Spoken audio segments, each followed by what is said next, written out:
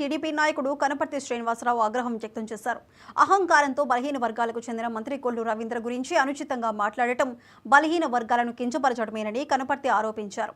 కేసులకు భయపడి సతీ సమేతంగా పారిపోయిన బియ్యం దొంగ పేర్ని నానికి కొల్లు రవీంద్రను విమర్శించే నైతిక అర్హత లేదని కనపర్తి విమర్శించారు. వెంట్రుక పీకలేరంటూ వాగే జగన్, కొడాలి నాని, పేర్ని నానికి ప్రజలే ఓట్ల రూపంలో గుండు కొట్టారు.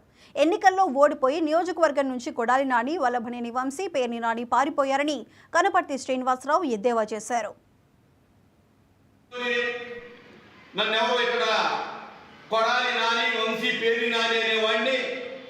ఎంతమంది చంద్రబాబు నాయుడు వచ్చినా, లోకేష్ వచ్చినా మమ్మల్ని ఏమీ చేయలేరు, ఓడించలేదు అని మాట్లాడారు.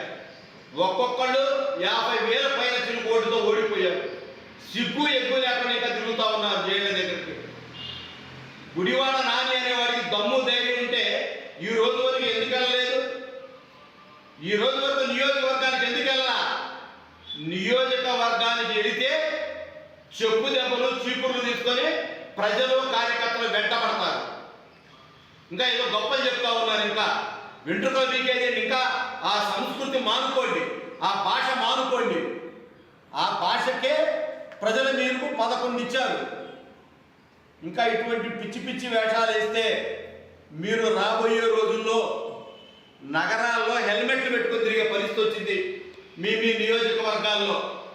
ఇప్పటికే ప్రజలందరూ కూడా మిమ్మల్ని చేదరించుకుంటున్నారు. ఇంకా తిరుగుతున్నారా, ఇంకా వీడు సిగ్గు శరం లేకుండా అని. నిన్నటి ఎన్నికల్లో అన్ని ఎన్నికల్లో బహిష్కరించారు.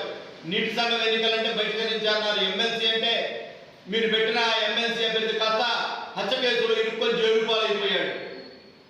కాబట్టి ఆల్రెడీ మీ నాయకులు మీ అందరి గుండు, ఋషికొండ గుండు మీరు ఎట్టగొట్టారో